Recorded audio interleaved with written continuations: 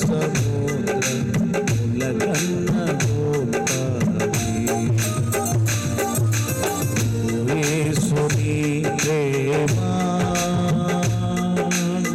బట్టి ప్రియాంక సిస్టర్ని బట్టి మీకు వందనాలు చెల్లిస్తున్నాను. వారిని ప్రేమించి వారికి అనుగ్రహించిన ఈ యొక్క నూతన గృహాన్ని బట్టి కూడా మిమ్మల్ని స్తుతిస్తూ ఉన్నాను ప్రభువా. దేవా, మీరు వాక్యంలో సెలవిచ్చినట్లుగా దేవా,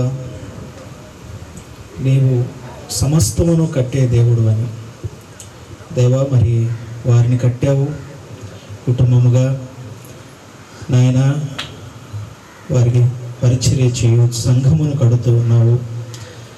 అలాగే వారికి ఒక నివాసము కూడా దేవా కట్టించావు. మీకు వందనాలు చెల్లిస్తున్నాను. దేవుని మందిరము కూడా కట్టబడుటకు మీ సహాయం దయచేయమని మీ సన్నిధిలో ప్రార్థిస్తూ ఉన్నాను. ప్రేమ స్వరూపుడా, ఎల్లప్పుడూ మీ వాక్యము చేత మీ మందిరమును కట్టబడుటకును లోకము కట్టబడుటకును మీరు మాట్లాడుతూ ఉండగా ప్రభువా, మీరే మీ వాక్యము ద్వారా మమ్మల్ని దర్శించమని ప్రార్థిస్తూ ఉన్నాను. ఈ స్థలంలో ఉన్నవారు ఈ మైక్ ద్వారా దేవుని వాక్యం వింటున్నటువంటి ప్రతి ఒక్కరూ కూడా దేవా దర్శించబడ్డానికి సహాయం చేయండి. నిలబడుతున్న మీ దాసుని మీ ఆత్మచేత నింపి దేవా ప్రభువా, మా అందరి హృదయాలు ఎరిగినటువంటి దేవుడు తండ్రి దేవా, ఎన్నోసార్లు మీ ఎదుట ప్రభువా మేము నిలబడినప్పుడు మమ్మల్ని ఖాళీగా పంపించలేదు దేవా. మీ వాక్యమును అనుగ్రహించి ఉండగా ఈ సమయంలో కూడా మీరు మమ్మల్ని అందరినీ దర్శించమని మాతో మాట్లాడమని యేసుక్రీస్తు పరిశుద్ధ నామంలో ప్రార్థన చేసి వేడుకొంచున్నాము తండ్రి, ఆమేన్. సర్వ కృపానిధియగు దేవుని అతి పరిశుద్ధ నామంలో క్రీస్తునందు ప్రియులైన సహోదర సహోదరులకు, వేదికను అలంకరించి ఉన్న దేవుని సేవకులు, అలాగనే వేదిక క్రింద ఆసీనులైన దేవుని సేవకులు, తమ్ముడు రమేష్ వారి కుటుంబ సభ్యులు, తనని ప్రేమించే ఆత్మీయులు, శ్రేయోభిలాషులు, స్నేహితులు, ఈ మంచి కార్యక్రమానికి మీరు వచ్చి మీ విలువైన సమయాన్ని ఈ స్థలంలో ఖర్చు పెడుతున్నందుకు మిమ్మల్ని మనసారా అభినందిస్తూ మీ అందరికీ నా వందనాలు చెల్లిస్తూ ఉన్నాను. మీ అందరికీ వందనాలు. నోటితో చెప్పరా, అడిగి మరీ చెప్పించుకోవాల్సి వస్తుంది ఈ రోజుల్లో. అందరికీ వందనాలు. చాలా సంతోషం. మరి ఈరోజున్న కార్యక్రమాన్ని బట్టి చూస్తే రమేష్ మనల్ని 4 సార్లు పిలవాలి, మనం కూడా 4 సార్లు రావాలి. అవునా కాదా చెప్పండి? 4 పనులు పెట్టారు ఈరోజు. కనుక రమేష్ 4 సార్లు మనల్ని పిలవాలి, మనం 4 సార్లు రావాలి. ఈ రోజుల్లో అన్నిసార్లు వచ్చేటంత వెసులుబాటు మనకు లేదు. మరి అన్నిసార్లు పిలిచి భోజనం పెట్టడం కూడా కొంచెం రమేష్ కష్టమే. కనుక 1 shot 2 birds అన్నారు. ఒక దెబ్బకు 2 పెట్టాలని, అది పాత సామెత. కాటకోటేశ్వర సామెత, ఒక షాట్కి 4 పెట్టాలు అన్నట్టు ఒక కార్యక్రమంలో 4 విషయాలు ముగించే మంచి పని రమేష్ గారు చేశారు. వారిని అభినందిస్తూ ఉన్నాను. మరి డేటు ఖాయం చేసుకున్నప్పుడు వాళ్ళ పెద్దబాబు బర్త్డే నాకు తెలియదు.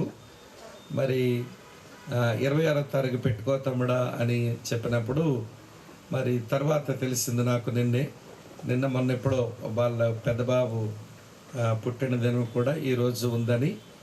అదొక సంతోషకరమైన సమయం. మరి తన హృదయంలో ఉన్న వేదన మనము చెప్పారు.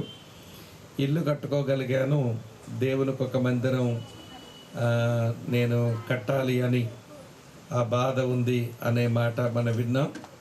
మరి దానికి కూడా మనం శంకుస్థాపన నిమిత్తమై పునాది రాతిని వేసి పని ప్రారంభానికి మనం అంకురార్పణ చేస్తాము. అలాగనే వారిని ప్రేమించి దేవుడిచ్చిన చిన్న బిడ్డకు బలమైన ఆహారం తినిపించేందుకు చిన్న ప్రార్థన చేసి ఆ పని జరిగేందుకు మరి ఈ 4 కార్యక్రమాలు కలిగి ఉన్నాం. చక్కని శుభవచనాలు మరి రమేష్కు సుపరిచితులైన మరి మా సోదరి జోయమ్మ గారు, అలాగనే దేవుని దాసులు వరప్రసాద్ గారు చెప్పారు. మరి నా వంతుగా కొద్ది నిమిషాలు దేవుని వాక్యం చెప్పేదానికి మీ ముందు నేను నిలిచి ఉన్నాను కనుక చాలా కొద్ది నిమిషాలు చాలా అవసరమైన మాటలు నేను మీకు తెలియచేయాలని ఆశిస్తూ ఉన్నాను. ఈ పరిశుద్ధ గ్రంథమైన ఈ బైబిల్ ఏ దేవుని గురించి అయితే మాట్లాడుతుందో ఆ దేవుడు ఇచ్చేవాడు, ఈ దేవుడు అనుగ్రహించేవాడు. ఆయనకు చాచిన చేతులున్నాయి. ఆయన చేతులు ఎప్పుడు ముడుచుకొని ఉండడు. ఆయన అడిగిన వారికి ఇస్తాడు, అడగిన వారికి కూడా ఇస్తాడు. ఆయన స్వభావమే ఇవ్వడం, ఆయన స్వభావమే ఇవ్వడం. ఈ ఇవ్వడం ఎంతవరకు వెళ్ళిందంటే ఆయనకు విరోధంగా మనం చేసిన ప్రతి విధమైనటువంటి తిరుగుబాటుతనం, తప్పిదం అన్నీ క్షమించేటంతగా అతను ఇవ్వడం వెళ్ళిపోయింది. అందుకనే ఒక దైవజనుడు అన్నాడు, God gives gives gives and for gives అన్నాడు. దేవుడు ఎప్పుడు ఇచ్చేవాడే, ఇచ్చి ఇచ్చి ఇచ్చి మనుషులందరినీ ఆయన క్షమించేవాడు. ఆయన మనల్ని క్షమించకపోతే ఆయన ముందు మనం నిలిచి ఉండడానికి మనం ఎవరము సరిపడా మనుషులమైతే కానే కాదు. అందుకే ఒక దైవజనుడు అన్నాడు, నీ ముందు నిలబడగలిగిన వాడెవడు, నీ పర్వతం మీదకి ఎక్కి రాగదగిన వాడెవడు అని చెప్పాడు. కారణం దేవుడు మహాపరిశుద్ధుడు, పాపమును చూడలేని పవిత్రమైన కన్నులు కలిగిన వాడు. అటువంటి మహాదేవుని ముందుకు ఆయన క్షమించకపోతే ఏ నరుడు ఆయన ముందు నిలబడలేని వాడే. కనుక ఆయన ఇచ్చి ఇచ్చి ఇచ్చి మనుషులను క్షమించేవాడు. అయితే అదే సమయంలో మనుషులు నైజం ఏంటనంటే మనుషుడు తీసుకోవడమేనట, చివరికి మర్చిపోవడమేనట. ఆ దైవజనుడు అన్నాడు, man gets gets gets and forgets అన్నాడు. మనుషుడు ఎప్పుడు తీసుకుంటాడు తీసుకునే ఉంటూ ఉంటాడు, కానీ మర్చిపోతూ ఉంటాడు. ఇది మనుషుని యొక్క నైజం. దీన్నే ఏమంటామంటే పశ్చిమ గోదావరి జిల్లా భాషలో తీరం దాటిన తర్వాత తెప్ప తగలేసే రకాలంట. ఏమంటే తీరం దాటనంత వరకు తెప్ప అవసరం వచ్చింది, మరి ఆ తీరం దాటిపోయిన తర్వాత ఈ తెప్పతో ఏం పని అని చెప్పి దాన్ని తగలబెట్టేటువంటి పాడు నైజం మనిషికి ఉంటుందట. అయితే తమ్ముడు రమేష్, దేవుడు ఏదైతే నా విషయంలో మేలు చేస్తూ వచ్చాడో, మరి మా సోదరి జోయమ్మ చెప్పినట్లుగా వివాహమై చాలా సంవత్సరాలు గడిచిన తర్వాత వారి దాంపత్య జీవితాన్ని ప్రేమించి చక్కని 2 బిడ్డలను ఇవ్వటమే కాదు, మరి వారి జీవనోపాధి కొరకు పని మొదలు పెడితే దాన్ని దీవించి మరొక మంచి మందిరం నిర్మించుకోవడానికి మరి దేవుడే కృప చూపాడు. అయితే రమేష్కున్న బాధ అది గట్టి బాధే, మంచి బాధే, ఆరోగ్యకరమైన బాధ. అది నేను దేవుని మందిరం కంటే ముందు నా ఇల్లు కట్టుకున్నాను ఏంటి అని. దావీదు కూడా ఈ బాధ ఉండేది. దేవుడు అన్నాడు, నువ్వు నాకు ఇల్లు కడతానట్టున్నావు కానీ ముందు నేను నీకు ఇల్లు కట్టిస్తానులే అన్నాడు. నా ఇల్లు సంగతి నేను చూస్తాను కానీ ముందు నీకు ఇల్లు కడతాను అని దావీదుతో దేవుడు పలికిన మాట నాతాను ద్వారా వచ్చింది. నేను ఇల్లు కడతానంటే దావీదుకి ఏదో ఇటుక, రాళ్ళు, సిమెంటు దానితో దేవుడు ఇల్లు కట్టలేదు సుమా, మనుషులతో దావీదుకు ఒక ఇల్లు కట్టాడు. అప్పుడు దావీదు వంశం అనే ఒక వంశం వచ్చింది. మనకు ఇల్లు అనే మాట రాగానే మన మనసులో మెదిలేది భౌతికమైనటువంటి నిర్మాణమే మనకు జ్ఞాపకం వస్తుంది. కానీ దేవుని మనసులో ఇల్లు అంటే డైనస్టీ, ఒక వంశం అని దేవుని మనసులోని మాట. కనుక దేవుడు ఆయన ఇచ్చేవాడు. అది మరి రమేష్కు, మరి సోదరి ప్రియాంక, వారి కుటుంబానికి దేవుడు మంచి ఇల్లును అనుగ్రహించాడు. ఇక్కడ ఒక విషయం మరి ఆరంభంలోనే కిషోర్ గారు చదివించగా ప్రసన్న గారు చదివారు.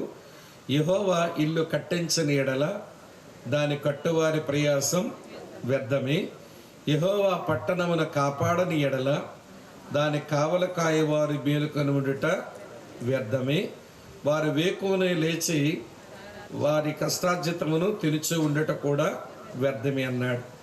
అసలు ఈ మాటలన్న మనిషిని మనం జ్ఞాపకం చేసుకుంటే భలే ఆశ్చర్యం అనిపిస్తుంది. సొలొమోను అనే ఆయన ఆ మాటలు అన్నాడు, యెహోవా ఇల్లు కట్టించనిడల కట్టువారి ప్రయాసం వ్యర్థమే. ఆ మాట అన్నప్పుడు ఏమయ్యా, దేవుడు కడితేనే కట్టడం వద్దా? అసలు ఎంత బాగా కట్టావు నీవు, దేవుని మందిరము కట్టావు, అలాగనే నీ ఉండడానికి పెద్ద అంతఃపురం కూడా కట్టుకున్నావు. మరి కట్టినోడు నువ్వైతే మరేంది ఈ మాట నువ్వు అనేది అంటే, కట్టడంలో నేను పనిచేస్తే పనిచేయొచ్చేమో కానీ దేవుడు కట్టకపోతే ఏది కూడా కట్టబడదు. అది నాకు తెలిసిపోయింది. నేను మంచి ఇంజనీర్ని, నేను మంచి బిల్డర్ని, కానీ నిజమైన బిల్డర్ ఎవరు అంటే దేవుడు. దేవుడు కట్టేవాడు. అలాగనే ఏమయ్యా, నీకింత సైన్యం ఉన్నారు కదా, వారు మీ పట్టణాలు కాపలా కాయలేరా? దేవుడు కాపలా కాయకపోతే కాసేవారి ప్రయాస కూడా వ్యర్థమన్నావు. నీ కాపలాదారులు సరైనోళ్ళు కాదా అంటే, నాకు మా నాన్నగారి దగ్గర నుంచి నా పాలన వరకు బోల్డంతమంది కాపలాదారులు వచ్చారు, కానీ వీళ్ళు కాస్తే నా పట్టణాలు కాపాడబడలేదు, పైవాడు కాచాడు అని నాకు అర్థమైంది. మా పని వాళ్ళు కాపలాదారులు కాదు, వాళ్ళలో కూడా మగత వస్తుంది, వాళ్ళలో కూడా మత్తు వస్తుంది, వాళ్ళు కూడా నిద్రపోతారు, వాళ్ళు కూడా శత్రువులకు చిక్కిపోయే ప్రమాదం ఉంది, కానీ దేవుడే కాపాడువాడు అని నాకు అర్థమైపోయింది. మరి కష్టార్జితం తినుచు ఉండడం, ఈవిడ కష్టపడి పని చేసుకుంటాం, కొంత కష్టార్జితం తెచ్చుకుంటాం, కానీ ఆ కష్టార్జితం ఇచ్చేవాడు కూడా దేవుడే. అంతెందుకు ఒక నిమిషం ఆలోచించండి. ఈ రోజుల్లో మనుషులకు నేను కలిగిందంతా నా కష్టమును బట్టి వచ్చిందని అనుకుంటారు. నిజమే, నీ కష్టమును బట్టి వచ్చింది, కానీ ఆ కష్టపడడానికి నీకు ఆయుష్ ఇచ్చింది ఎవరు? ఒక 2 సంవత్సరాల కిందట కరోనాలో మన కళ్ళ ముందే చాలామందిని మనం చూస్తూ వచ్చాం.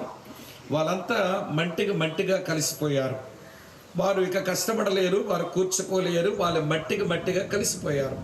కానీ ఈరోజు ఈ కాంపౌండ్లో ఈ టెంట్ కింద కూర్చున్న మనమంతా కష్టపడి ఏదైనా కూర్చుకుంటున్నామంటే దేవుడు ఆయుష్ ఇస్తే కదా, దేవుడు ఆరోగ్యం ఇస్తేనే కదా, దేవుడు అవకాశాలు ఇస్తేనే కదా ఏదైనా మనం కూర్చుకునేది. కనుక మన కట్టడాలైనా, మన కాపాడబడ్డమైన, మన కష్టార్జితమైన దేవునితో నాకేం పనుంది అంతా నేనే అనుకుంటే మరోసారి మన కరోనా వస్తుంది. ఎందుకన్నానంటే ఆ మాట కరోనా రాకముందు మనుషులు మేము కట్టుకోగలం, మేము కాపాడుకోగలం, మేము మా కష్టార్జితం కూర్చుకోగలం అని ఏమి రాలిపోయారో తెలియదండి ప్రపంచంలో మనుషులు. కావాలంటే చూడండి, కరోనా వైరస్ ఉన్న గాలి మనం ఒక్కలమే పీల్చామా? మన ఇంటిలో పెరిగిన కోడి కూడా అదే గాలి పీల్చింది. కోడి చచ్చిందా? పర్లేదు చెప్పండి, కోడి చావలేదు కదా. కరోనా వైరస్ ఉన్న గాలి మన ఇంట్లో పెంచిన కుక్క కూడా పీల్చుకుంది, అదేమైనా చచ్చిందా? కోడికి చావు రాలేదు, కుక్కకి చావు రాలేదు. పైన ఎగురుతున్న కక్కుర్తి పడే కాకింది చూడండి, అది పీల్చిన గాలి కూడా కరోనా వైరస్ ఉన్న గాలి పీల్చింది. పోనీ కాకి చచ్చిందా? అది చావలేదు. కోడి చావలేదు, కుక్క చావలేదు, కాకి చావలేదు. మనుషులే చచ్చేటంత ప్రమాదం ఎందుకు వచ్చిందంటే, ఒరే మనుషులారా, మమ్మల్ని మేము కట్టుకోగలం, మా సంగతి మేము చూసుకోగలం, మా కష్టార్జితం మేము కూర్చోగలమని రాలిపోయారు కదా. ఒక చిన్న కుదుపుతాను చూడండి అని దేవుడు ఒక చిన్న కుదిపితేనే అతాకుతలం అయిపోయాం. ఏమండి, ఆ రోజు మన ముక్కులు ఎలాగే ఉన్నాయా? ఏం చెప్పరేం. ప్రతి వారి ముక్కుకు చిక్కం కట్టాం. మనందరి చేతులు ఎదుటివారు చేయిస్తే కలిపామా? అమ్మో, ఆడు చేతుల నుంచి ఏ కరోనా వస్తుందో అని భయానికి చేతులు ఇవ్వలేదు. తీరా ఎక్కడికే తిరిగి వచ్చాక ఇంటికి వచ్చి చేతులు మామూలుగా ఉంచుకున్నామా? 10 తోములు తోమే ఈ చేతులకి కదండి. కారణం ఏంటంటే చచ్చిపోతామనే భయం. ఈ రోజున చాలామంది మనుషులు దేవుని మినహాయించి బ్రతుకుదామనుకుంటారు. దేవుడితో నాకేం పని, నాకు నేనే పుట్టినట్టు, నా ఆరోగ్యం నేనే తెచ్చుకున్నట్టు, నా ఆయుష్ నేనే పెంచుకున్నట్టు వ్యవహరిస్తారే. వారికి దేవుడు పెట్టనే పేరు దుష్టులు అన్నాడు. నన్ను క్షమించండి, ఇది నేను పెట్టలేదు, ఈ పేరు దేవుడు పెట్టాడు. దేవుడు లేడని దుష్టులు తమ హృదయంలో అనుకుంటారట. దేవుడు ఏమీ విచారణ చేయడని వారు పొగరెక్కి ప్రవర్తిస్తుంటారట. దేవుడేం చూస్తాడులే, దేవుడేం చేస్తాడులే అని రాలిపోతున్న రాలుగాయ మనుషులు ఉంటారు చూడండి, వాళ్ళకు దేవుడు పెట్టిన పేరు దుష్టులు అన్నాడు. నువ్వు నమ్మినా నమ్మకపోయినా, నువ్వు ఎరిగినా నువ్వు ఎరగకపోయినా, నువ్వు గ్రహించినా నువ్వు గ్రహించకపోయినా దేవుడు ఉన్నాడు. ఆ కారణం చేతనే ఈ సృష్టి ఒక క్రమబద్ధంగా పనిచేస్తుంది. ఆ సృష్టిని మనం అనుభవిస్తూ మన జీవితాలను మనం ఆనందించి మన జీవితాలను ఆశీర్వాదకరంగా మలుచుకుంటున్నాం. సరే, ఇక ఎక్కువ మాటలు చెప్పలేను కానీ ఇప్పుడు తమ్ముడు రమేష్, చెల్లి ప్రియాంకకు దేవుడు ఇల్లు ఇచ్చాడు. Praise the lord. దేవుని స్తోత్రం చెబుదామా? సరే, మంచిది. ప్రైజ్ ద లార్డ్ చెప్పారు కదా. రమేష్, ప్రియాంకే నాకు ముందు జవాబు చెప్పాలి. దేవుడు మీకు ఇల్లు ఇచ్చాడు, ఇంటితో ఏం చేద్దామని చెప్పండి. ప్రియాంక, దేవుడు మీకు ఇల్లు ఇచ్చాడు, ఇంటితో ఏం చేద్దామని చెప్పండి. మొన్ననే అక్కడ కూర్చున్న దైవ ప్రసాద్ గారికి దేవుడు ఇల్లు ఇచ్చాడు. అంతకు మునుపు ఏమండి అక్కడున్న రవి గారు ఒక మందిరం కట్టారు. మా వాళ్ళు ఈ 2 సంవత్సరాలు బోర్డు కడుతున్నారు. ఏమండి ఓపెన్ చేయడానికి వస్తూ ఉన్నాను కనుక తెలుస్తూ ఉంది. సంతోషం. ఇంకా కట్టే వాళ్ళు ఉన్నారు, ఇంకా కడతారంట ఇంకా. సరే, చాలా సంతోషం. సరే, ఇప్పుడు దేవుడు ఇల్లు ఇచ్చాడు, ఏం చేద్దాం? ఏమండి నివాసం ఉంటామండి, అందులో కాపురం చేస్తామండి అని అంటే దేవుని ఎరగని మనుషులు చెప్పే జవాబు కూడా ఈ 2 జవాబులు వస్తాయి. దేవుని ఎరగని వారిచ్చే జవాబులే దేవుని ఎరిగిన వారి జవాబులైతే మీ జవాబులు అంత పెద్ద విలువైనవి కాదు, వ్యాలిడ్ కాదు. అమ్మా ప్రియాంక వింటున్నారా? రమేష్ వింటున్నావా?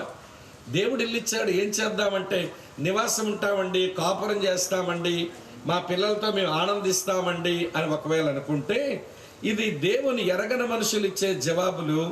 ఈ జవాబులే మీరు ఇస్తే మీ జవాబులకు పెద్ద విలువ లేదన్నమాట. దీనికి మించిన జవాబు లేదో ఇవ్వాలి. అది ఎలా ఇవ్వాలో ఒక ఇంటికి తీసుకెళ్ళి చూపించి ముగించేస్తాను. ప్రియులారా, ఆ ఇల్లు ఎవరిదో కాదు, అది విశ్వాసులకు తండ్రి అని పిలువబడిన వాని ఇల్లు.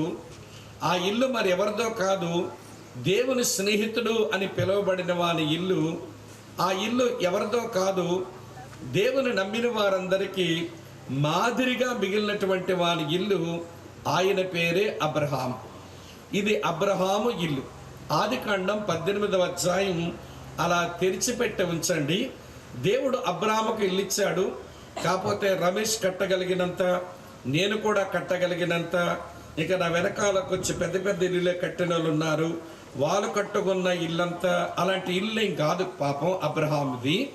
ఏమండి, రమేష్ ఇల్లు బాగానే ఉంది, మా ఇల్లు బాగానే ఉంటుంది, నా వెనకాల కూర్చున్న వాళ్ళు పెద్ద పెద్ద ఇల్లు కట్టిన వాళ్ళు ఉన్నారు, వీళ్ళు పెద్ద పెద్ద ఇల్లులే. కానీ అబ్రహాం ఇల్లు ఏమి పెద్ద ఇల్లు కాదు, అది గుడారమే వేసుకున్నాడు, అదే తన ఇల్లు అనుకున్నాడు. అమ్మా ఏంటిది? గుడారం వేసుకున్నాడు, అదే ఇల్లు అనుకున్నాడు. ఆ గుడారం ఆ దేవుడు ఇచ్చిన ఇల్లు, దాంట్లో ఏం చేద్దామని అనుకున్నాడో ఈ రోజున అబ్రాము సంతానం అని మనం అనుకుంటున్నామే, అబ్రాము పొందిన వాగ్దానాలకు మన వారసులము అని మనం అనుకుంటున్నామే. మరి అబ్రాము ఇంటి దగ్గర ఏం చేశాడో ఈ రోజున మన ఇళ్లల్లో ఆ పనే చేయగలిగితే మనం నిజంగా అబ్రాము కుమారులము కుమార్తెలమై మన జీవితాలను ధన్యం చేసుకుంటాం. ఒక మాట అబ్రాముని గురించి ముందు చెప్పనివ్వండి. అబ్రాహాము యూఫ్రాటీసు అనే నది అద్దరిని దేవుళ్ళు కాని వాటికి దేవుళ్ళు అనుకుంటూ ఆరాధించే మనలాంటి మనిషి. ఈరోజు నేను ఒకప్పుడు దేవుళ్ళు కాని వాటినే దేవుళ్ళు అనుకుంటూ ఆరాధించిన వాడిని. నాలాంటి వాళ్ళు అక్కడ చాలామంది ఉన్నారు. వేదిక మీద ఉన్న వాళ్ళ అనుభవాలు కూడా అవే. యూఫ్రాటీస్ నది అద్దరిని, అదే ఇరాక్ దేశం. అసలు ప్రపంచంలో విగ్రహారాధనకు మూలం అక్కడే. భారతదేశంలో విగ్రహారాధన పుట్టలేదండి. భారతదేశం విగ్రహారాధనకు ఆరిజిన్ కాదు. ఇరాక్ దేశమే ప్రపంచంలో విగ్రహారాధనకు మూల కేంద్రం. ఆ ప్రాంతంలో ఉన్న మనిషిని దేవుడు పిలిచాడు, అబ్రహామా అని పిలిచాడు. ఈ అబ్రహాము దేవుని యొక్క పిలుపు ఆలకించి దానికి ఆయన విధేయత చూపించి దేవుడు చెప్పిన ప్రదేశానికి వచ్చిన తర్వాత ఆయనకు ఇల్లు వేసుకున్నాడు. ఆ ఇల్లు గుడారమే. అయితే ఈ ఇంటిలో ఆయన ఎలా బ్రతికాడో, ఏం చేశాడో ఈ రోజున ఆ ఇంటి అనుభవాలు మనం చూసి ఇక్కడ సొంత ఇల్లులు కలిగిన వారం, ఇక్కడ సొంత ఇల్లులు కలిగిన వారం అలానే వ్యవహరించగలిగితే మన ఇల్లులు ఒక చిన్న పరలోకంలా ఉంటాయి. మన ఇల్లులన్నీ చిన్న పరలోకంలా ఉంటాయి. ఇప్పుడు అబ్రాహాముని అడుగుదాం, ఓ దేవుని స్నేహితుడైన అబ్రహాము, విశ్వాసులకు తండ్రివైన ఓ అబ్రహాము, నమ్మిన వారందరికీ మాదిరైన ఓ అబ్రహాము, నువ్వు వేసుకున్న నీ ఇంటి దగ్గర ఏం చేసినావు నువ్వు అంటే ఆయన ఇచ్చే మొదటి జవాబు, నా ఇంటిలో నేను చేసిన పని దేవునికి సేవ. ఏంటమ్మా? దేవునికి సేవ. నేను దేవునికి సేవ చేశాను. ఒక మారు దేవుడు తన దూతలతో కలిసి వచ్చి అబ్రాము ఇంటిని ఆయన సందర్శించడానికి వచ్చాడు. ఇప్పుడు ఈ అబ్రాము అనే ఈ పెద్ద మనిషి తన ఇంటి దగ్గర దేవుణ్ణి ఎలా సేవించినాడో చెప్తాను. రమేష్, చెల్లి ప్రియాంక, చేరి వచ్చిన సేవకులు, విశ్వాసులు, ఆత్మీయులు, నిన్ను పుట్టించిన దేవుడు, మీ పాప శాపాల కొరకు సిలువలో మరణించి 3వ దినం మృత్యుంజయుడై తిరిగి లేచిన దేవుడు, మిమ్మల్ని పట్టించుకున్నవాడు, మీతో ఉన్నవాడు.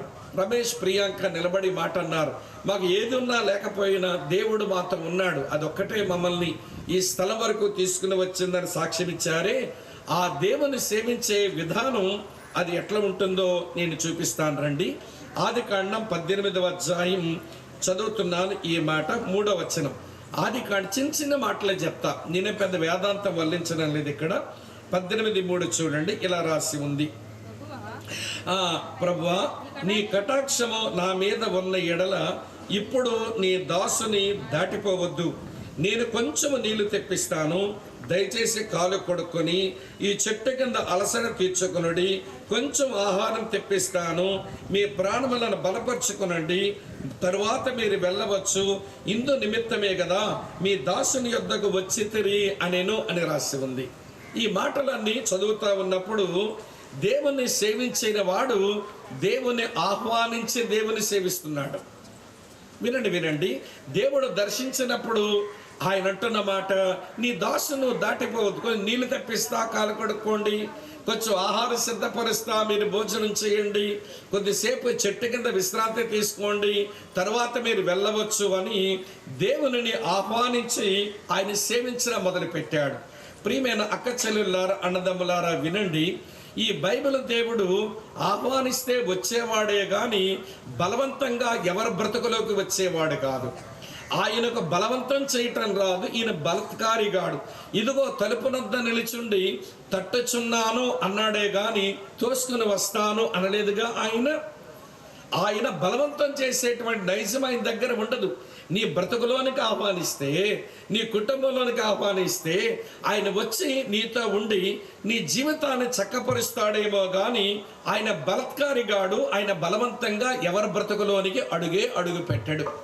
ఇక్కడ అబ్రాము ఈ దేవుని స్నేహితుడు అంటున్న మాట, నీవు ఇందుకొరకే వచ్చావు కదా, రా, నీళ్ళు తెప్పిస్తా, కాలు కడుక్కుందో కానీ, ఆహారం సిద్ధపరుస్తా, ఆహారం కిందో కానీ, కొద్దిసేపు విశ్రాంతి తీసుకుందో గానని ఆహ్వానించినాడు.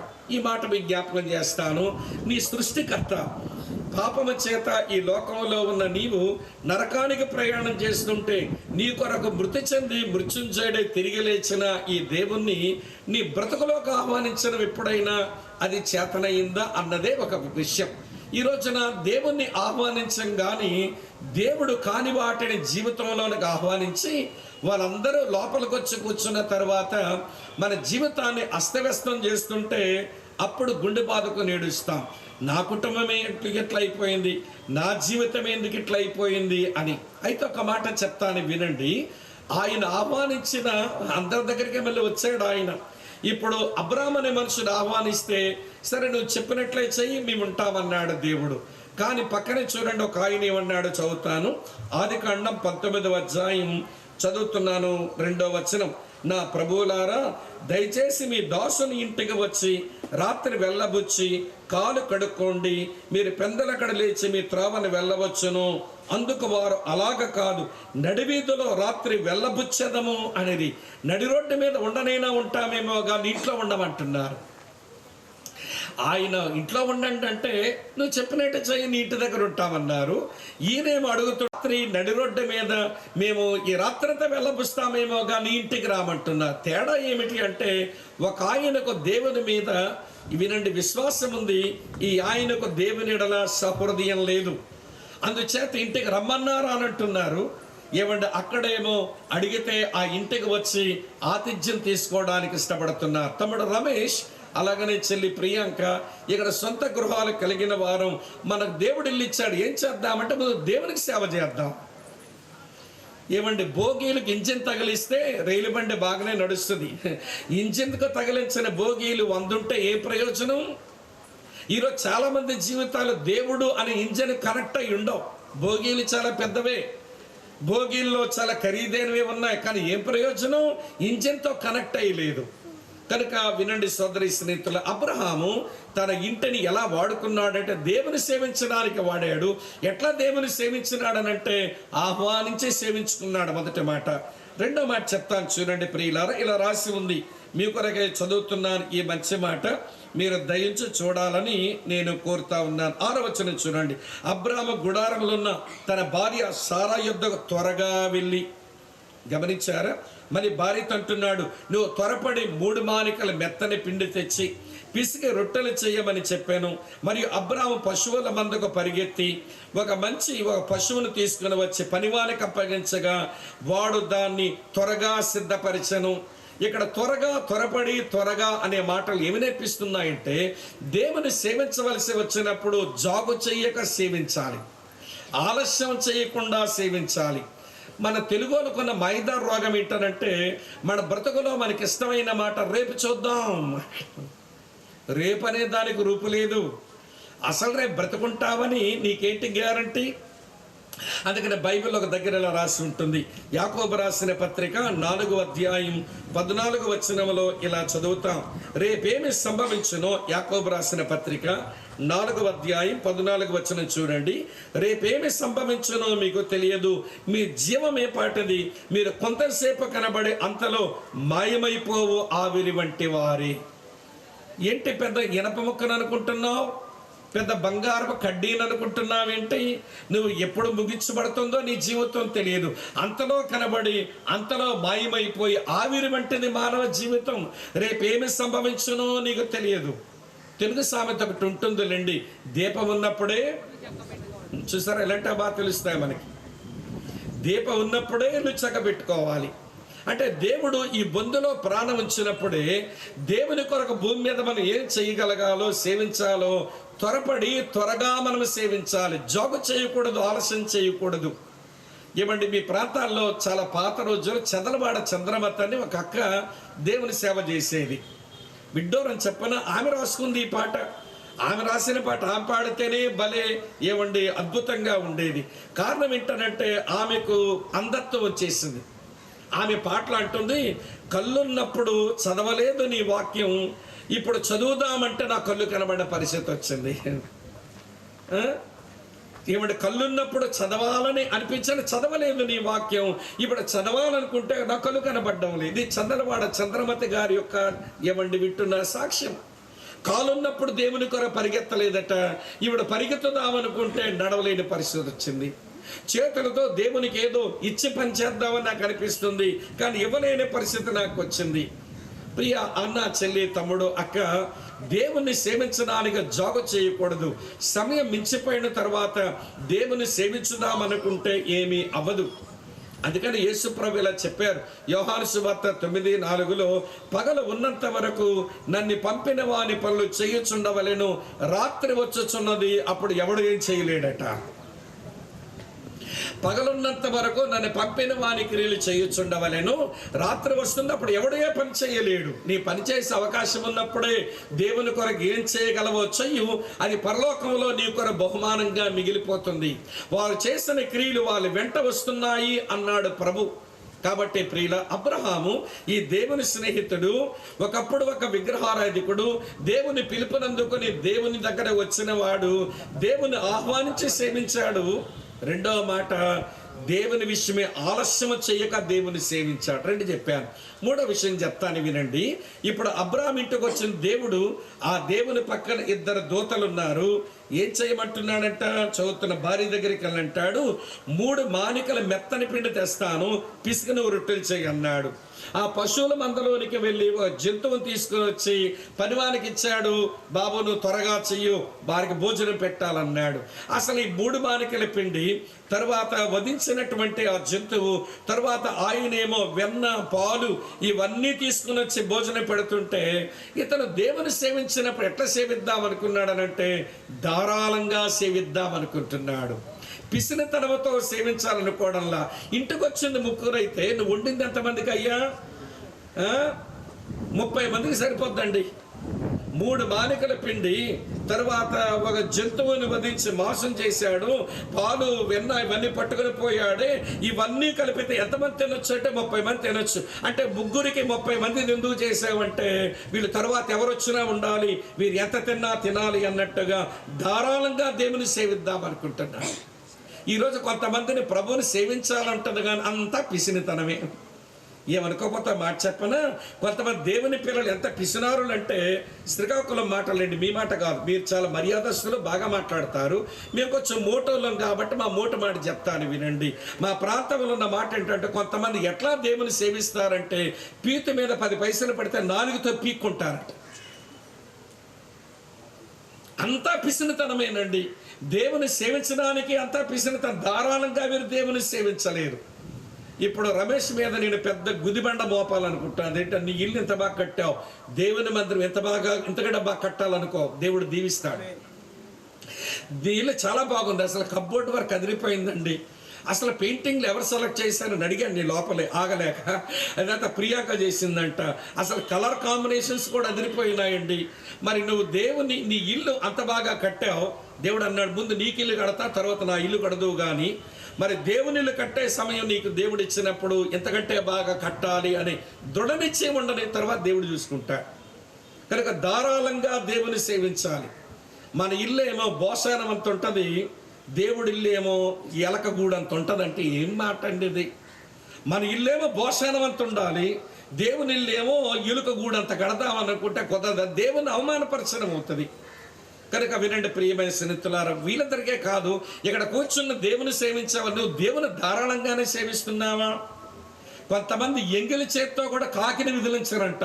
ఎందుకంటే ఎంగిలి చేతికి అంటుకున్న అన్నం మెతుకు ఊడిపడిపోద్ది, అది కాకు చుట్టుకెళ్ళిపోద్ది ఏమని భయం అంట. ఏ మనుషులో అర్థం కాదండి. ఇలాంటి వారు ఎట్లుంటారో చెప్పమంటారా? ఇలాంటి వారు ఎట్లుంటారో చెప్పనా? కంటి వెంబడి కాకరకాయ పోతుంటే చూసి కాకరకాయ పోతుంది, కాకరకాయ పోతుంది, కాకరకాయ పోతుందని ఈ వెనకాల నుంచి గుమ్మడికాయలు పోతుంటాయి, ఈ వెనకాల నుంచి గుమ్మడికాయలు పోతుంటాయి. ఎక్కడి నుంచి కాకరకాయలు పోతే బాగా చూసే వాళ్ళం గుమ్మడికాయలు వదులుకునే రోజులు వచ్చేస్తాయి మనకు. కనుక దేవుని సేవించినప్పుడు ధారాళంగా సేవించాలి. బైబిల్లో దావీదు అలాగనే దేవుని ధారాళంగానే సేవించాడు. ఏమి కూర్చాలో కూర్చాడు, ఏమి ఇవ్వాలో ఇచ్చాడు, ఏమి సిద్ధపరచాలో సిద్ధపరిచాడు. అతను జనరస్గా మినిస్ట్రీ చేశాడు. అతని మినిస్ట్రీ ఎవడ జనరస్ మినిస్ట్రీ, ధారాళంగా ఇచ్చేటువంటి పరిచయం చేశాడు. నీకు ఎక్కువ వివరించలేను, సమయం అవుతుంది కనుక. ఆహ్వానించి సేవించాడు, తర్వాత ఆలస్యం లేకుండా సేవించాడు, తర్వాత సమృద్ధిగా దేవుని సేవించాడు, ధారాళంగా దేవుని సేవించాడు. 4వ విషయం చెప్తాను వినండి, చాలా మంచి మాట. 4వ విషయం ఏంటంటే అతను చేసిన సేవ సంయుక్తంగా చేశాడు. నేను ఒక్కడనే చేస్తాను దేవునికి సేవ అనుకోవాలా. భార్య దగ్గరికి వెళ్ళాడు, భార్యకి ఒక పని ఇచ్చాడు. పనుల దగ్గరికి వెళ్ళాడు, పనులకు ఒక పని ఇచ్చాడు. దేవుని పని సోలో మినిస్ట్రీ కాదు, ఒక్కడే చేసే పని కాదు దేవుని సేవ. అది సంఘములో సేవ అయినా కావచ్చు, మందిర నిర్మాణం కావచ్చు, ఒక దేవుని పని ఏదైనా నేను ఒక్కడే చేసుకుంటానండి, నేను ఒక్కరితోనే చేసుకుంటా అని అనుకోకూడదు. ఎందుకంటే దేవుని పరిచర్య ఇది సోలో మినిస్ట్రీ కాదు. మనం ఒకరినొకరు కలుపుకొని, ఒకరి మీద ఒకరు ఆనుకొని, ఒకరికొకరు దగ్గరగా వచ్చి, ఒకరికొకరు చేతులు కలిపి దేవుని పని చెయ్యాలట. ఎవడు భార్య దగ్గరికి వెళ్ళాడు, భార్యను కలుపుకున్నాడు, పనుడి దగ్గరికి వెళ్ళాడు, పనుడు కలుపుకున్నాడు. మనమంతా కలిసి దేవుని సేవిద్దామరండి. ఇప్పుడు రమేష్ అలాగనే ప్రియాంక వారి కుటుంబ సభ్యులతో చెప్పుకోవాలి. ఏమని తెలుసా? రండి మన కుటుంబం అంతా ఏకముగా కలిసి దేవుని సేవిద్దాం. నా వంతు పని నేను చేస్తా, మీ వంతు పని మీరు చేద్దరు కానీ రండి మనం కలిసి మనం ఏకముగా కూడి మన దేవుని నామం గొప్ప చేద్దాం అనే ఆలోచన దేవుని పిల్లలకు ఉండాలి. ఇంకెక్కువ చెప్పలేను. సంయుక్తంగా కొంతమంది ఎట్లుంటారంటే మేము యాకాకులం అన్నట్టు ఎవరితో అంటారో ముట్టరండి. వీళ్ళు చేసే సేవేంటో మరి అర్థం కాదు కానీ మేము ఎవరిని కలవమండి, ఆడు తక్కువే ఈడు తక్కువే మేమే పెద్ద ఎక్కువ అని అతి పరిశుద్ధులు అయిపోతారు. బైబిల్ భాషలో దేవుడు వారికి పెట్టిన పేరు పరిసయ్యులు అన్నాడు. మీరు ఏ పొజిషన్లోనికన్నా జారిపోండి పర్వాలేదు కానీ పరిసయ్యుల స్థానంలోకి వెళ్ళకండి. అది దేవునికి హేయమైనటువంటి ప్రక్రియ. అందుకని ఫారిసిజం అనేది అందుకని బైబిల్లో ఉంది, వ్యభిచారులైన దేవుడు క్షమిస్తాడు కానీ వేషధారులైన పరిసయ్యులను మాత్రమే క్షమించలేకపోతున్నాడు. వాళ్ళు సున్నం పుట్టని సమాధుల్లారని పిలవాల్సి వచ్చింది. కాబట్టి ఎవరు మనకంటే తక్కువ కాదు, ఎవరు మనకంటే ఎక్కువ కాదు. ఎవరి విశ్వాస పరిమాణం బట్టి హెచ్చు తగ్గులున్నా రండి మనం ఏకముగా కూడి మన ప్రభు నామాన్ని గొప్ప చేద్దాం. ఎందుకంటే ఎక్కువ చెప్పలేను. ఇంకొక విషయం చెప్తాను. మొదటి మాట ఏమన్నాను? ఆహ్వానించి సేవించాడు. రెండో మాట ఏం చెప్పాను? ఆలస్యం లేకుండా సేవించాడు. మూడో మాట ఏం చెప్పాను? ధారాళంగా సేవించాడు. నాలుగో మాట ఏం చెప్పాను? సంయుక్తంగా సేవించాడు. ఐదో మాట ఏంటనంటే దీన మనసుతో సేవించాడు. చూడండి ఆయన ఎట్లా సేవిస్తున్నాడు. ఆదికాండం 18 అధ్యాయంలో చదువుతున్నాను చూడండి. ఇలా రాసింది 8వ వచనం. తరువాత అతని వెన్నను పాలను తాను సిద్ధం చేయించిన జంతువును తెచ్చి వారి ఎదుట పెట్టి వారు భోజనం చేయించుండగా వారి యొద్ద ఆ చెట్టు కింద ఏం చేశాను? భోంచేసిన వాళ్ళతో కలిసి భోంచేయటంలా. అమ్మ వింటున్నారా? భోంచేసే వాళ్ళతో కలిసి భోంచేయటంలో ఆయన నిలబడి ఎప్పుడు ఏది వడ్డించమంటారో అది వడ్డిస్తాను అన్నట్టు, మీకు ఏం తెమ్మంటే అది తెచ్చి పెడతాను అన్నట్టుగా ఆయన నిలబడి అక్కడ పరిచయం చేస్తున్నాడు. దీనిని దీన మనసుతో కూడిన సేవ అని అంటారు. దేవుని సేవకులమైన మేమైనా విశ్వాసులైన మీరైనా దేవుని సేవిస్తున్నప్పుడు ఏవండి మినిస్ట్రీ విత్ హ్యూమిలిటీ, ఒక దీన మనసుతో సాత్వికమైన మనసుతో దేవుని సేవించడం నేర్చుకోవాలి. దేవుని స్నేహితుడు, దేవుని నమ్మిన విశ్వాసులందరికీ తండ్రి లాంటి వాడు, నమ్మిన వారందరికీ మాదిరి చూపిన వాడు. అతని ఇంటికి దేవుడు వస్తే ఆ ఇల్లును ఎందుకొరకు వాడుకున్నాడు అంటే దేవుని సేవించడానికి ఆ ఇంటిని వాడాడు. కనుక రమేష్ అలాగనే ప్రియాంక దేవుడు మీకు ఇల్లు ఇచ్చాడు, ఏం చేస్తారు అని ముందే అడిగా. రమేష్ వింటున్నావా? వచ్చిన వాళ్ళు వస్తారులే. దేవుడు మీకు ఇల్లు ఇచ్చాడు, ఏం చేద్దాం? ముందు దేవుని సేవించడానికి వాడండి, తర్వాత అన్ని చక్కబడతాయి. ఒకటి ఇంకెక్కువ చెప్పలేను, 5 తలంపులు చెప్పాను. ఇప్పుడు ఈ అబ్రాహాము అనే మనుషుడు దేవుడిచ్చిన ఇల్లు దేని కొరకు వాడాడు అని అంటే కుటుంబానికి సేవ చేయడానికి వాడాడు.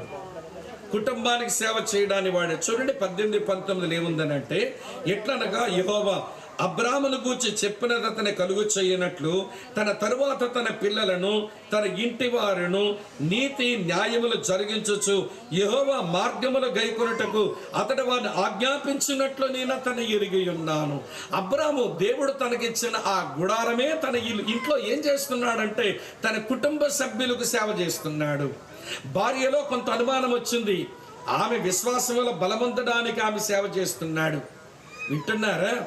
ఇంట్లో ఉన్న పిల్లలకు, ఆ ఇంట్లో ఉన్న వారందరికీ అతని పరిచర్య అందించాడు కనుకనే ఆ కొడుకేమో ఆ పొలంలో ధ్యానిస్తూ కనబడుతున్నాడు. ఎంత భక్తి నేర్పించినాడో కొడుక్కి. పనివాడిని ఒక పని మీద పంపిస్తే ఆ పనివాడు మోక నుంచి ఒక బావి దగ్గర ప్రార్థన చేస్తున్నాడు. పనోడికి ప్రార్థన నేర్పించాడు, కొడుకు ధ్యానం నేర్పించాడు, భార్యకు విశ్వాసం నేర్పించాడు. ఈరోజు కొంతమంది మగాళ్ళు ఏమనుకోకండి, మగాళ్ళ గురించి చెప్తాను. వీళ్ళు ఎక్కడ మీటింగ్ అయినా వీళ్ళు పోతారండి, కానీ ఇంటికి వచ్చే భార్యలకు మాత్రం ఏమీ నేర్పించరు. మా వైపు సామెత ఉంటుంది లేండి. ఆ సామెత ఏంటనంటే కడుపు నిండు నమ్మకంట పెనిమిటాకలు తెలియదంట. అమ్మ కడుపు నిండు నమ్మకం ఎవరాకలు తెలియదు, పెరిమిటాకలు తెలియదంట. ఈరోజు వీళ్ళు అక్కడికెళ్ళి వాక్యాలు వింటారండి మా వాళ్ళు కొంతమంది. అది ఇంట్లో ఉన్న భార్యకమని చెప్పి ఆమెను ఆధ్యాత్మికంగా విశ్వాసంలో పెంచాలనుకోకపోతే మీరు ఏమి పెనిమిట్లు అనిపిస్తుంది. కనుక కుటుంబంలో సేవ చేయటం అంటే భార్యకు విశ్వాసం నేర్పి, పిల్లగాడికి ధ్యానం నేర్పించి, పనివాడికి ప్రార్థన నేర్పించి, ఆ ఇంట్లో ఉన్న కుటుంబ సభ్యులకు అందరికీ తాను సేవ చేస్తున్నాడు. కనుక రమేష్, అమ్మ ప్రియాంక, దేవుడు మీ ఇద్దరిని రక్షించాడు. ఏమంటే మీకు కావలసిన దీవెనలు ఇచ్చాడు, మిమ్మల్ని సేవకులుగా ఆయన చేశాడు. మీ కుటుంబ సభ్యులందరికీ మీరు సేవ చేయండి. వాళ్ళు దేవుని నమ్మునట్లుగా, మీ భారం అదే నేను ఎరుగుదును, వారు రక్షించబడి పాపక్షమాపణ నుండి పరలోక రాజ్య వారసులున్నట్లుగా వారి కొరకు మీరు సేవ చేస్తే మీకు ఇచ్చిన ఇల్లును మీరు బాగా వాడుకున్నట్టు లెక్క. అర్థమవుతుందండి? దేవునికి సేవ, కుటుంబానికి సేవ. చివరి మాట చెప్పి నేను ముగిస్తాను, వినండి. తర్వాత ఇదే ఆదికాండం 18:20-33 చూస్తే, ఆ దేవుడిచ్చిన ఇంటిలో అబ్రాము చేసిన పని ఏంటనంటే నశించిపోతున్న లోకము కొరకు సేవ చేస్తున్నాడు. మినిస్ట్రీ అంటూ లాస్ట్ వన్స్, నశించిపోయిన మనుషుల కొరకు సేవ చేస్తున్నాడు. ఏమిటి ఆయన చేసే సేవ అంటే, దేవా ఆ సొదొమ గొమొర్రా మనుషులు నాశనం అయిపోయే మనుషులు. ఈ సొదొమ గొమొర్రాలో కొన్ని పిచ్చులు ఉన్నాయంట. ఆ పిచ్చుల వలన అది ఎంత ముదిరింది అంటే దేవుని కోపం ఆ పట్టణాల మీదకి వచ్చేటంత ముదిరిపోయింది వాళ్ళ పిచ్చి. సొదొమ గొమొర్రాలకున్న మొదట పిచ్చి సోకుల పిచ్చి. వీళ్ళకున్నంత సోకులకి ఎవరికి ఉండవు. సొదొమ గొమొర్రా వాళ్ళకున్న మరో పిచ్చి ఏంటంటే సరదాల పిచ్చి. ఏది చేసినా సరదాగా ఉండాలనుకునే వాళ్ళు, కానీ సీరియస్నెస్ ఉండదు వీళ్ళకు. సొదొమ గొమొర్రాలకున్న మరో పిచ్చి అది సరసాల పిచ్చి. ఈ సోకుల, సరదాల, సరసాల పిచ్చిలో మిగిలిపోయి దేవుని కోపానికి మాత్రమే పనికొచ్చే మనుషులైపోతే, దేవుడు అన్నాడు, అబ్రహాం ఆ సొదొమ గొమొర్రా మనుషుల్ని నేను నాశనం చేయాలనుకుంటున్నా, నా కోపం వారి మీదకి వచ్చింది, నా సన్నిధిలో వారి పాపం చాలా భారంగా కనబడుతున్నది అని దేవుడు అంటే మొదలు పెట్టాడండి. దేవుని పాదాల దగ్గరికి వచ్చి 50 మంది ఉంటే వదిలేవా? 45 మంది ఉంటే క్షమించి వదిలిపెట్టవా?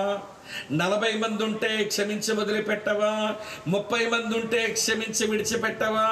20 మంది ఉంటే క్షమించి విడిచిపెట్టవా?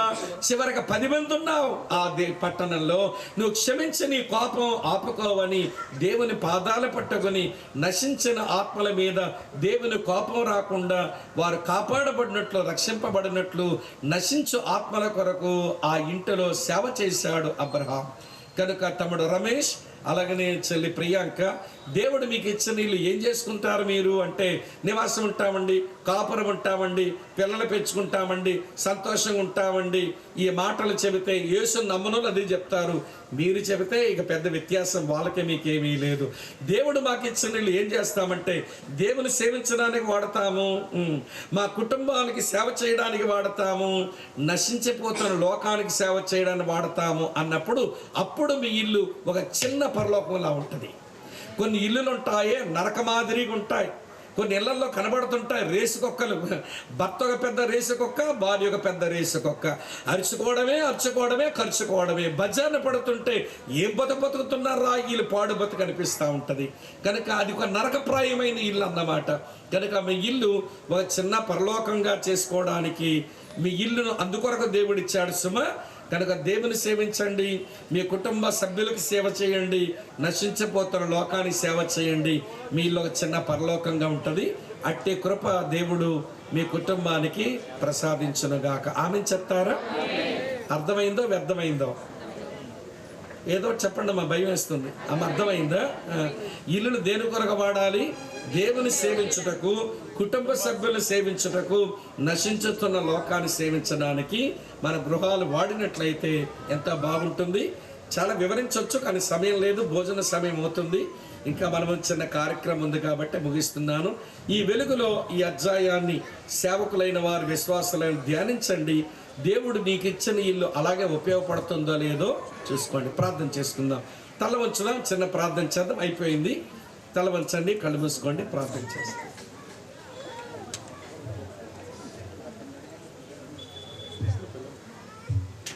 ఈ సమయంలో అందరూ తల్ల వంచి ప్రార్థన చేస్తూ ఉండగా విన్న మాటలను బట్టి సహోదరులు కిరణ్ గారు వచ్చి ప్రార్థన చేస్తారు. మహోన్నతమైన నామానికి వందనాలు చెల్లిస్తున్నాం. నీ మహాకృపలో రమేష్ గారి జ్ఞాపకం చేసుకుని వారి జీవితంలో మీరు చేసిన అద్భుతమైన, ఆశ్చర్యమైన, గొప్ప కార్యాలను బట్టి దేవా మిమ్మల్ని స్తుతిస్తూ ఉన్నాం. నీ లేఖనాల్లో సెలవిచ్చినట్లుగా యెహోవా మన కొరకు గొప్ప కార్యములు చేసి ఉన్నాడు అని సెలవిచ్చారు. ఆ రీతిగా నీ దాసుని పట్ల ప్రతి కార్యం కూడా ఎంతో గొప్పదిగా అద్భుతంగా మీరుండి నడిపించినందుకు వందనాలు చెల్లిస్తున్నాం. ఈనాడు మీకు ఇచ్చిన గృహము ఏ రీతిగా ఉన్నదో ఏ రీతిగా మీరు ఉంటున్నారు అనే విషయాన్ని ఈ దాసుని ద్వారా చాలా అద్భుతంగా తెలియపరిచారు. మేము ఎప్పుడు కూడా ఆయనని సేవించేవారిగా మా కుటుంబాల్లో మేము సేవించేవారముగా అయా మా నశించిన వారు అనేక మంది సేవించేవారుగా వారందరినీ నడిపించేవారుగా మేము ఉండాలని మీరు సెలవిచ్చిన మీ మాటలను బట్టి దేవా మేము స్తుతిస్తున్నాం. మా బ్రతుకుల్లో మా జీవితంలో తండ్రి ముఖ్యంగా నీ దాసులు నీ సందుకు వచ్చిన బిడ్డలందరూ కూడా మీ చేతుల్లో పెడుతుండగా వారందరూ నిన్ను సేవిస్తూ నిన్ను ఆరాధిస్తూ నీకు ప్రాధాన్యత ఇస్తూ నీ కొరకే జీవిస్తూ నీ కొరకే ముందుకు సాగినట్లుగా కృప చూపించండి. ఇచ్చిన గొప్ప సమయాన్ని బట్టి దేవా మీకు వందనాలు చెల్లిస్తూ జరగబోయే కార్యక్రమం అంతట్లో మీరు నడిపించమని యేసు ప్రభువు యొక్క నామమును అడిగి వేడుకుంటున్నాము తండ్రి. మనం కార్యక్రమాన్ని జరిగించుకున్నా. మన తండ్రి అయిన దేవుని యొక్క ప్రేమ, కుమారుడైన క్రీస్తు వారి కృప, పరిశుద్ధాత్మ నిత్య అన్యోన్య సహవాసము ప్రతిష్ఠ చేయబడిన గృహములో నివసిస్తున్నటువంటి బిడ్డలకు చేరి వచ్చిన మనందరికీ తోడుగా ఉండి దేవుని నామానికే మహిమ చెల్లునుగాక. ఆమేన్. రమేష్ గారి యొక్క పెద్ద కుమారుడి యొక్క బర్త్డే, దాంతో పాటుగా చిన్న బాబుకు బలమైన ఆహారం పెట్టించే కార్యక్రమం. మరి దాని పేర్లు నానా రకాలుగా ఉన్నాయి, అందుకే బలమైన ఆహారం పెట్టే సమయం ఉన్నాను. మిగిలిన పేర్లు మీరు ఏదన్నా పెట్టుకోండి. ప్రార్థన చేస్తాం. 5వ సంవత్సరం ముగించి 6కి వచ్చాడు. ఇటు సామాన్యుడు కాదు, ఈ నాపడానికి వాళ్ళిద్దరు సర్కస్ చేస్తున్నారు. చాలా యాక్టివ్, మంచి పిల్లాడిని దేవుడు ఇచ్చాడు. వీడు 5th మంత్ కంప్లీట్ అయ్యి 6th వచ్చాడంట. భలే కొంత కాంబినేషన్. వాగ్దాన పాల్ దర్శన్. ప్రార్థన చేస్తాం. ప్రేమ గల మా నమ్మకమైన తండ్రి, మీ కృతజ్ఞతలు. రమేష్ను, ప్రియాంకను మీరు ఆశీర్వదించి మీరు ఇచ్చిన 2 బిడ్డలను బట్టి స్తుతిస్తున్నాం. వాగ్దాన్ని బట్టి మీకు కృతజ్ఞతలు. 5 సంవత్సరాలు తన వయసు గతించి 6వ ఏటకు వచ్చాడు. నూతన సంవత్సరపు దీవెనల బిడ్డకు దయచేయము. వాడి శరీరంలో మీరుంచిన చురుకుతనం, స్పీడ్, దాన్ని అర్థం చేసుకుని తల్లిదండ్రులు చక్కగా పెంచడానికి కావలసిన కృప ఇవ్వండి. మంచి ఆరోగ్యం బిడ్డ దయచేయండి. కావలసిన దీవెనలు దయచేయండి. దర్శన బట్టి మీకు స్తోత్రాలు. 5 నెలలు గతించి 6వ నెలలో అడుగు పెట్టిన సందర్భంలో మరి ఇప్పటి వరకు పాలు తాగి పెరిగిన బిడ్డకు బలమైన ఆహారం ఇస్తూ ఉన్నాం. మంచి జీర్ణశక్తి అనుగ్రహించి ప్రభువా, మరి బిడ్డ శారీరకంగాను మానసికంగాను ఆధ్యాత్మికంగా ఎదగడానికి కావాల్సిన దీవెన దయచేయమని మహిమా ఘనత ప్రభావాలు మీకు ఆరోపిస్తూ మీ దీవెన కోరుతూ ప్రభు అయిన యేసు క్రీస్తు పేర స్తుతులు చెల్లించి ప్రార్థిస్తున్నాం తండ్రి. నీలోనే ఆనందం నా దేవా, నీలోనే నాకు జీవం. నిన్న నేడు నిరంతరం మారని దేవా, నిన్న నేడు నిరంతరం మారని దేవా. ఈ లోకమంతానే నువ్వెతకినా నాకు లేదయ్యా ఎక్కడ ఆనందం. నీ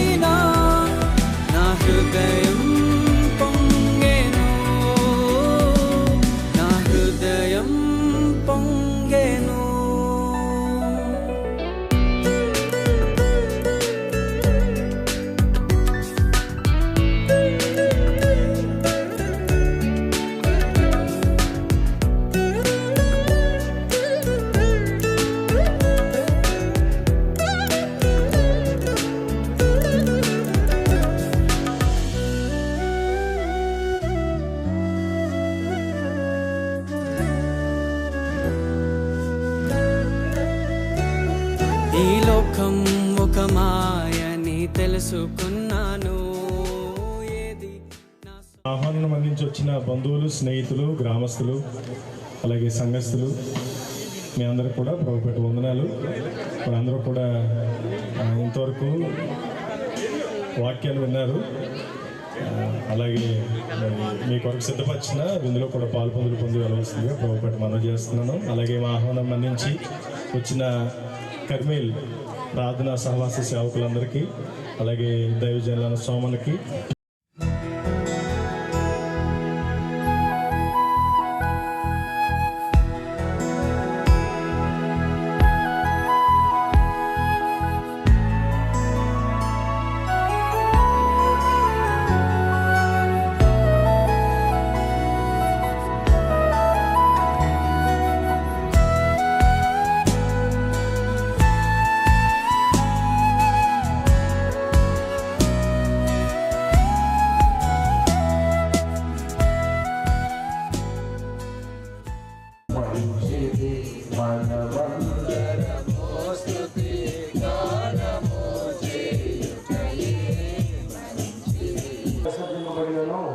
దేవుని దృష్టికి ఏర్పరచబడినది అమూల్యమును సజీవములైన రాయడు ప్రభువులకు వచ్చిన వారే యేసుక్రీస్తు ద్వారా దేవునికి అనుకూలములకు ఆత్మ సంబంధమైన బలులర్పించుటకు పరిశుద్ధ యాజకులుగా ఉన్నట్లు మీరును సజీవమైన రాళ్ళ నుండి ఆత్మ సంబంధమైన మందిరముగా కట్టబడుతున్నారు. అనగా ఇదిగో నేను ముఖ్యమును ఏర్పరచబడినదియును అమూల్యమునకు మూలరాతిని సియోనులో స్థాపించుచున్నాను. ఆయనను విశ్వాసం ఉంచువాడు ఏమాత్రము సిగ్గుపడన మాట లేఖనమందు రాయబడినది. విశ్వసించిన మీకు ఆయన అమూల్యమైన వాడు. విశ్వసింపని వారికి అయితే ఇల్లు కట్టువారు ఏ రాత్రి నిషేధించారో అదే మూలకు తలరాయాయి, మరియు అది అడ్డురాయు అడ్డుబండయు ఆయు. కట్టువారు వాక్యమున కవిదేయుడై త్రొట్టిల్చున్నారు, దానికి వారు నియమింపబడి. దేవుని పరిశుద్ధ వాక్యమును దీవించునుగా.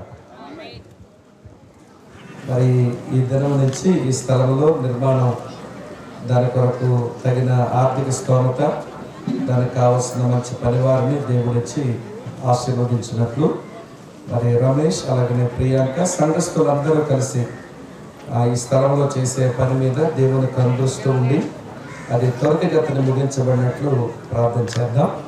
దేవుని దాసులు అనేకులు ఈ స్థలంలో ఉన్నారు. అందరం కలిసి ఏకీభవించి మరి ఈ పని వచ్చే సంవత్సరం ఈ రోజు కల్లా ముగియబడడానికి ప్రభు కృప చూపినట్లు ఆయన కృపకి పనికి అప్పగిద్దాం. మరి రమేష్ అలాగే సంఘస్థులు బలహీనులే, కానీ దేవుడు బలపరచువాడు, ఆయన బలవంతుడు, ఆయన కృపాకారం చేయనట్లు ఆయనకు అప్పగిద్దాం. ప్రేమ కలిగిన మా ప్రియమైన మా పరలోకపు తండ్రి, మీకు కృతజ్ఞత స్తోత్రాలు, మీకు వందనాలు.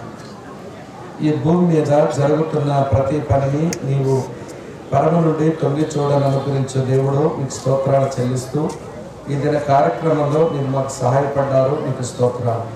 మరి నీ దాసుడు ఈ ప్రాంతాల్లో పడుతున్న ప్రయాసలో ఒక మందిరం యొక్క ఆవశ్యకత ఉండగా దేవా, మరి ఈ స్థలం కొనేదానికి సామర్థ్యం ఇచ్చాం.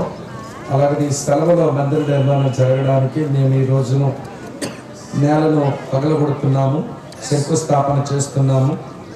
మరి ఇది మొదలుకొని పని ముగించబడే వరకు ఎక్కడ ఈ కీడు కలగకుండా మంచి పనివారిని మీరు అనుగ్రహించండి ఓ ప్రభువా. అలాగే దానికి కావలసిన ఆర్థిక స్తోమత సమృద్ధిగా ఏ సమయానికి ఏది కావాలో ఫిలిప్పీ 4:19 ప్రకారం మీరు అనుగ్రహించి పని చక్కగా ముగియపడడానికి కావలసిన కృప అనుగ్రహించమని, మరి రమేష్ని, ప్రియాంకను, సంఘస్థుల్ని, కుటుంబీకులను మీరు బలపరిచి మీరు ఆత్మకార్యం చేయండి. సేవకులు మేమంతా కలిసి ఈ పనికి మేము ఆమెను చెప్తున్నాము.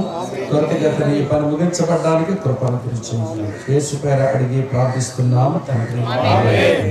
అందరూ నా వెనకాల మాట చెప్పండి. యెహోవా దయాళుడు, ఆయన కృప నిరంతరముండును. యెహోవా దయాళుడు, ఆయన కృప నిరంతరముండును. యెహోవా దయాళుడు, ఆయన కృప నిరంతరముండును. ఆమేన్. నీ పిలుపు వలన నేను నశించిపోలేదు, నీ ప్రేమ ఎన్నడు నన్ను విడువలేదు. నీ కృప కాచుట వలన జీవిస్తున్నాను, నీ ప్రేమకు సాటి లేదు. నీ కృప కాచుట వలన జీవిస్తున్నాను, నీ ప్రేమకు సాటి లేదు.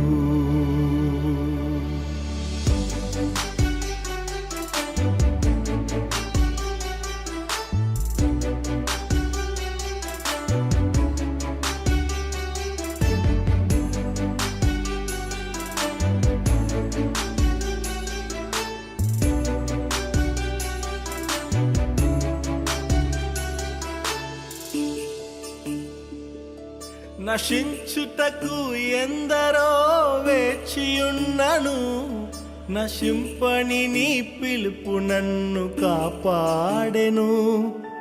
ద్రోహము నిందల మధ్యలో నే నడచినను, నీ నిర్మల హస్తము నన్ను భరించెను.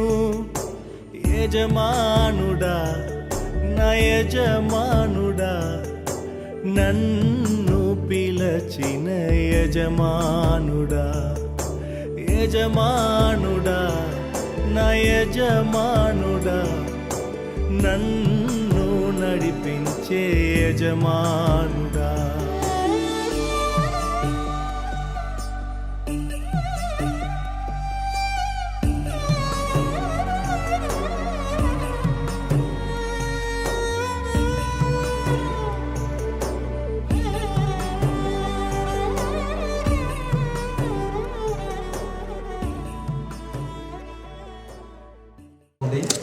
పని ముగింపు వరకు ఆయనే సహాయపడి ఆయన నామానికి ఆయనే మహిమ తెచ్చుకున్నగాక. అందరూ భోజనాలకి వెళ్దాం. సేవకులైనటువంటి వారు అందరూ విశ్వాసులు, సంఘస్థులు.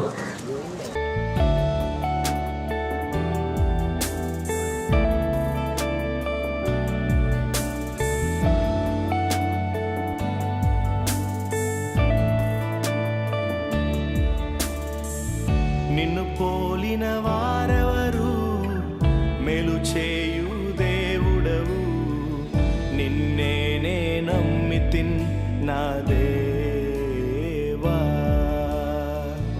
నిన్ను పోలిన వారెవరు, మేలు చేయు దేవుడవు, నిన్నే నమ్మితిన్ నా దేవా. నిన్నే నా జీవితమునకు ఆధారము చేసి కొంటిని, నీవు లేని జీవితమంతా వ్యర్థముగా పోవునయ్యా. నిన్నే నా జీవితమునకు ఆధారము చేసి కొంటిని, నీవు లేని జీవితమంతా వ్యర్థముగా పోవునయ్యా. ఎల్ షెడాయ్ ఆరాధన, ఎలోహీం ఆరాధన, అడోనాయ్ ఆరాధన, యేషువా ఆరాధన. ఎల్ షెడాయ్ ఆరాధన, ఎలోహీం ఆరాధన, అడోనాయ్ ఆరాధన, యేషువా ఆరాధన.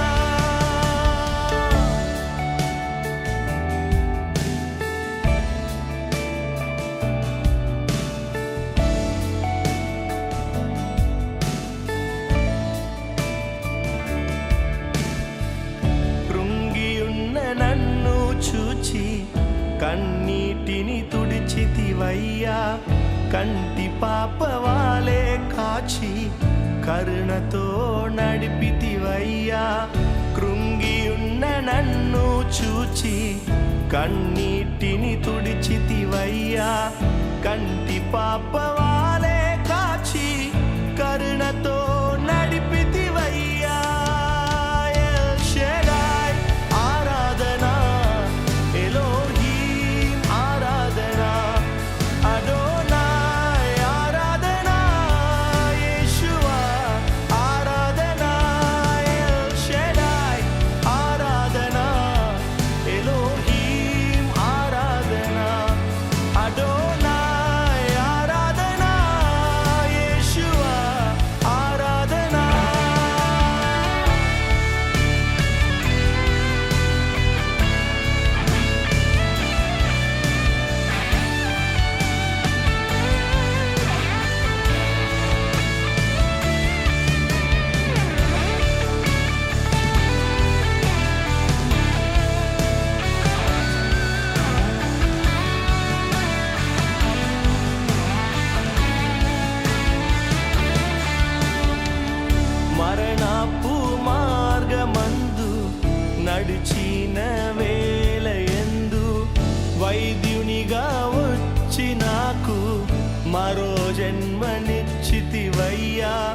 మరణపు మార్గమందు నడిచిన